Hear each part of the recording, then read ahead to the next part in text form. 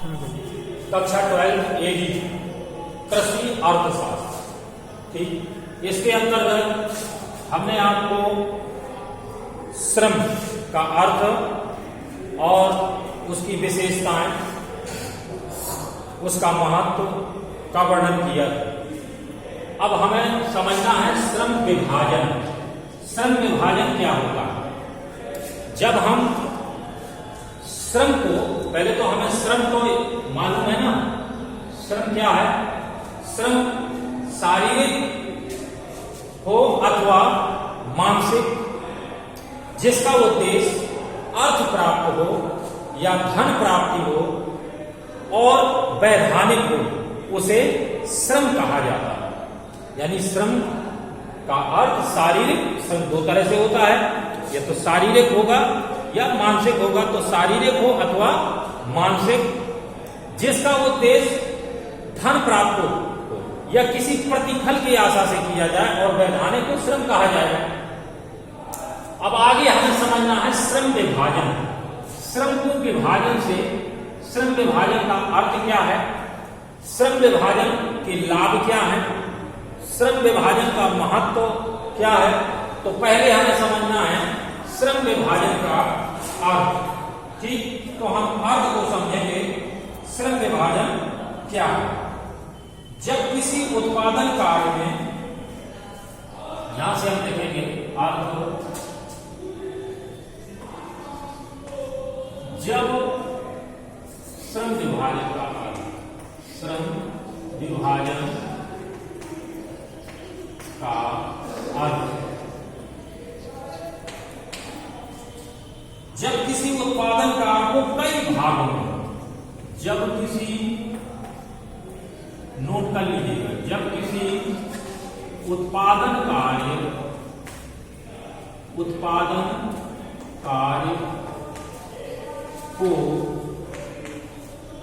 कई भागों में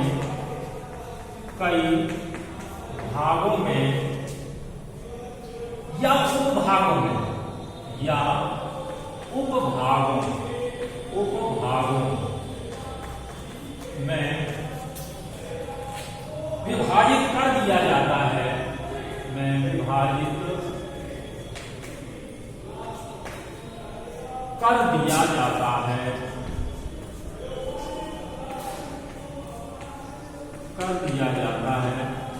जब किसी उत्पादन कार्य को कई भागों में बांट दिया जाता है या उनके उपभागों में विभाजित कर दिया जाता है और फिर प्रत्येक भाग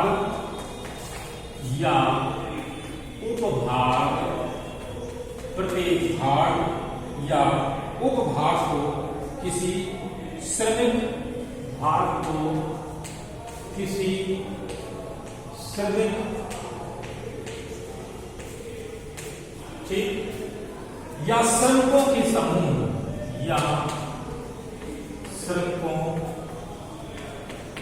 के समूह, नोट कर लेना इसको, ये परिभाषा है, स्वयं बनाइए। श्रमिकों के, जब किसी श्रमिकों के समूह से उनकी योग्यता के अनुसार,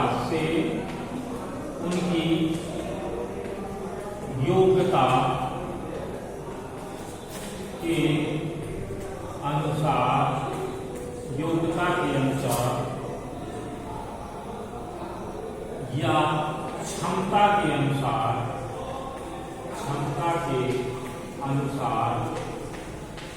योग्यता या क्षमता के अनुसार कराया जाता है,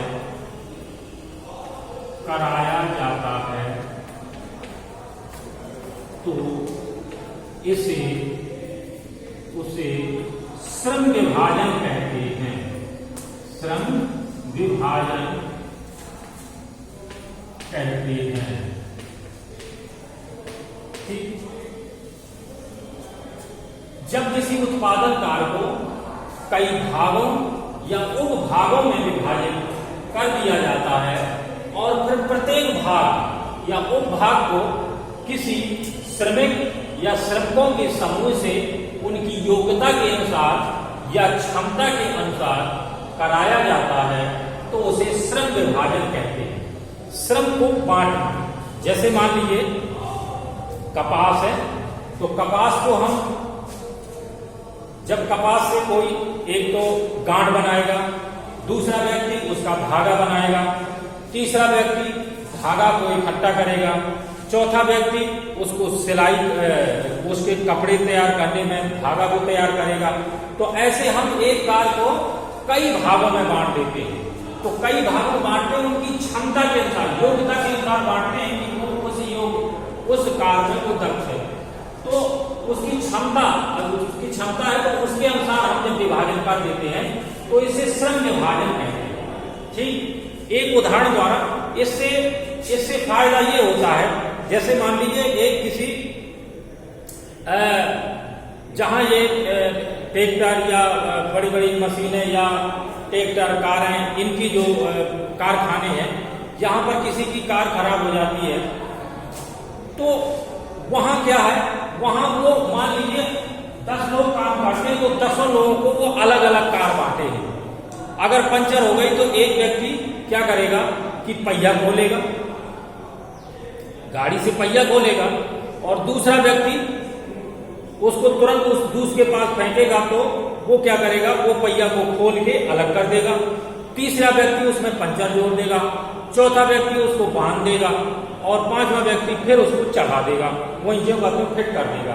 तो ऐसे इससे क्या होता है, इससे कार्य जल्दी हो जाते हैं, व्यवस्थित हो जाते हैं, और उनकी दक्षता या योग्यता के अनुसार कार्य संपन्न हो जाता है, और कार्य जो है कम समय में और कार्य अधिक हो जाता है।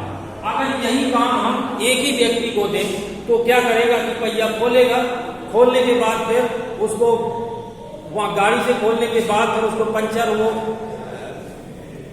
पहिया को खोलेगा, फिर उसमें पंचर जोड़ेगा, फिर बांधेगा, फिर गाड़ी में फिट करेगा। तो उससे क्या होता है, उसको नीरसता आ जाती है।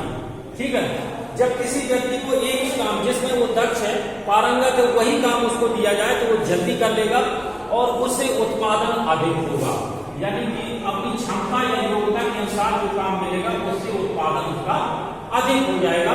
इसलिए हम श्रम विभाजन जरूरी है, किसी भी उत्पादन कार्य में, किसी भी प्रोडक्शन कार्य में श्रम विभाजन जरूरी है। श्रम को हम कैसे बांटते हैं, अब आपको शायद डेफिनेशन समझ में आई होगी।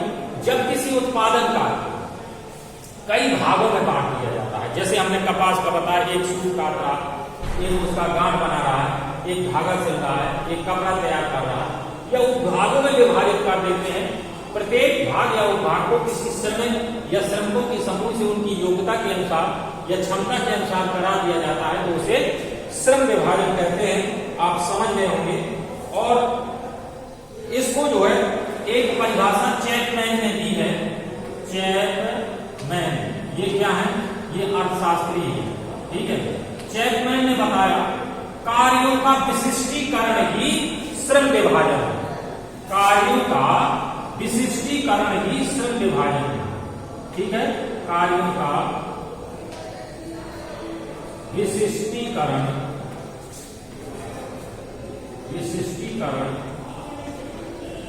ही श्रम विभाजन है,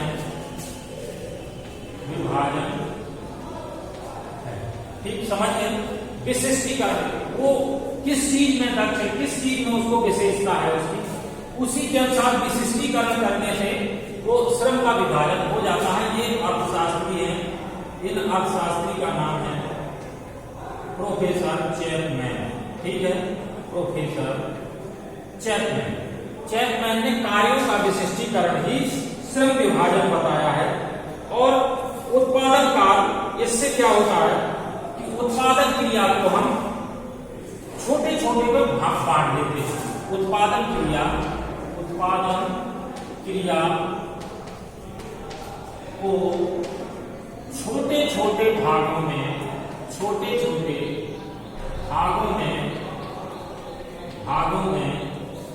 बांट दिया जाता है। इसे हम श्रम विभाजन नाम देते हैं। ठीक, बहुत सरल बात है, बहुत ज्यादा दिमाग की जरूरत नहीं है, थोड़ा सा समझ लेंगे। श्रम को बांटना, श्रम के बांटने से हमें लाभ ये हो जाते हैं कि उसके योग्यता के अनुसार काम मिल जाता है, जिससे प्रोडक्शन अधिक होता है। यदि हम श्रम विभाजन कोई भी, चाहे इंडस्ट्री हो, चाहे खेत हो, खलिहान हो, कोई भी हो, अगर हम श्रमिकों के अपने समूह को उनके कार्यों को बांट देंगे तो उनको ये भी मालूम रहता है कि हमें ये कार्य इतने समय में करना है, ये कार्य हमें करना है। उसी कार्य को करते करते उसमें दक्षता प्राप्त हो जाती है या उसमें योग्यता प्राप्त हो जाती है। इसे हम श्रम विभाजन हमने नाम दिया। अब श्रम विभाजन के कुछ रूप हैं। श्रम विभाजन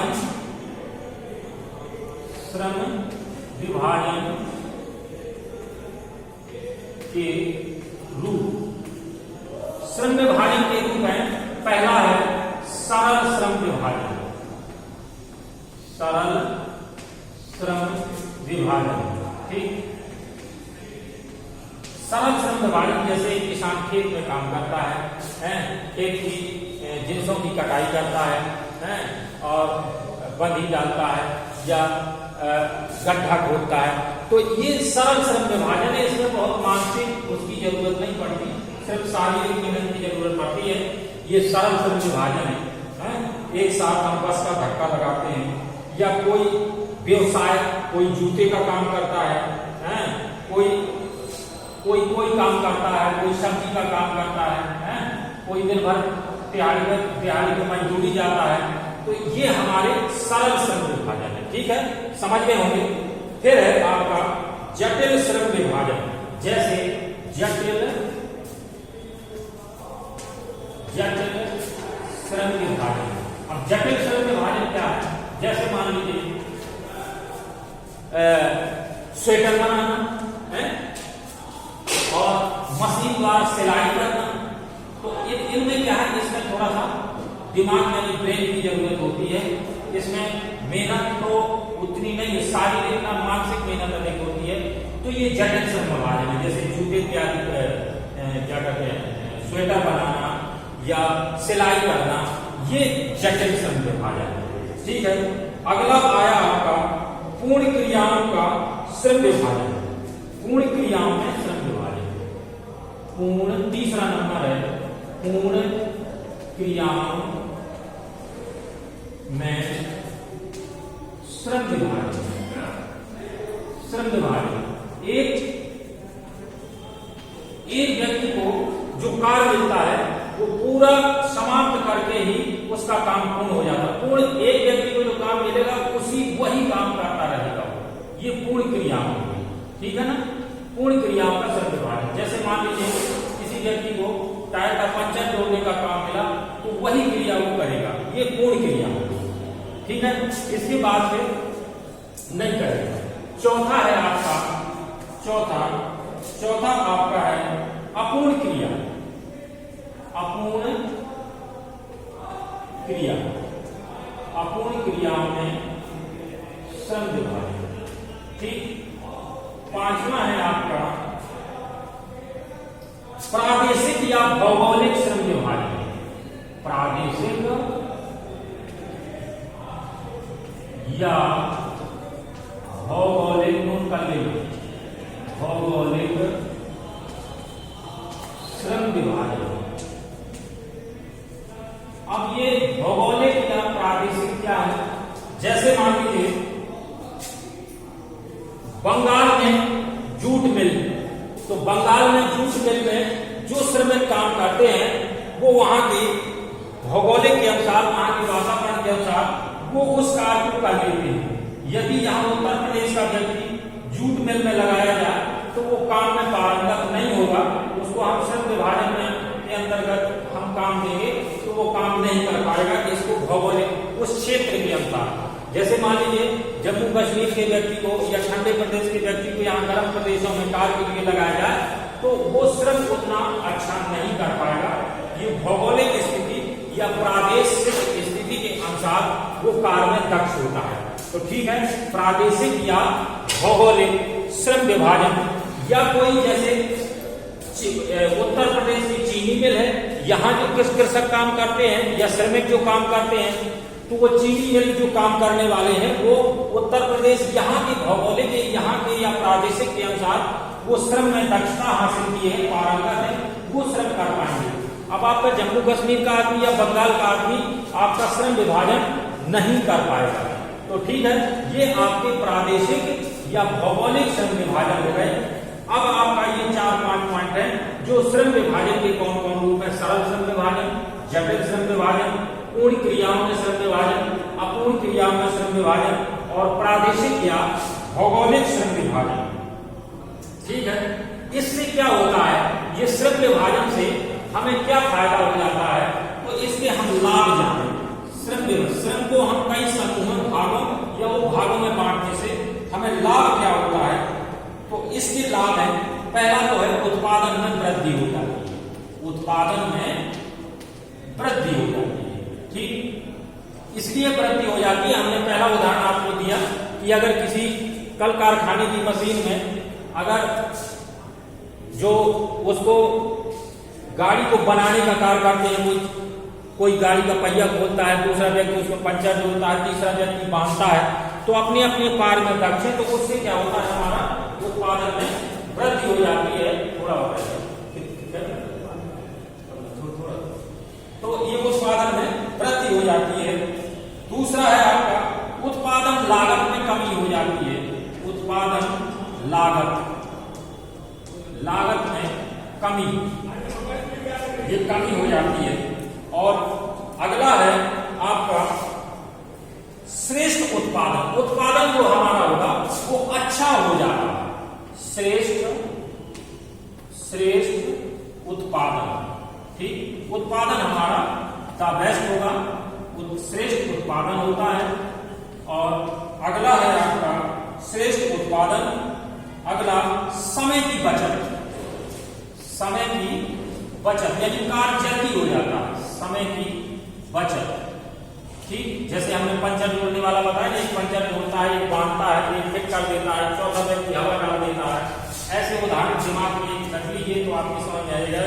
समय की बचत हो जाती है और रोजगार के अवसर मिल जाते हैं। लोगों को अधिक से अधिक रोजगार मिल जाता है, तो रोजगार के अवसर अधिक मिल जाते हैं। ठीक, इसके बाद है संसाधनों का उचित प्रयोग। संसाधन जो हमारे हैं उसका सही अपनी क्षमता के अनुसार उपयोग करेंगे तो उनका जो है ज्यादा प्रोडक्शन होगा, उचित उपयोग। तो ऐसे 2-4 कारण हैं जो आप समझ सकते हैं। उत्पादन में वृद्धि, श्रम परिवर्तन से उत्पादन लागत में कमी और श्रेष्ठ उत्पादन होता है, समय की बचत हो जाती है, रोजगार के अवसर हो जाते हैं और संसाधनों का उचित प्रयोग होता है, जिससे हमारा प्रोडक्शन अधिक से अधिक बढ़ जाता है। किसी भी कल कारखाने हो या किसान हो, खेत पर किसान जो कृषि करता है, अगर श्रमिकों को कई भागों या उपभागों में बांट देगा तो उससे उत्पादन वृद्धि अधिक होगी। शेष कल बताएंगे। धन्यवाद।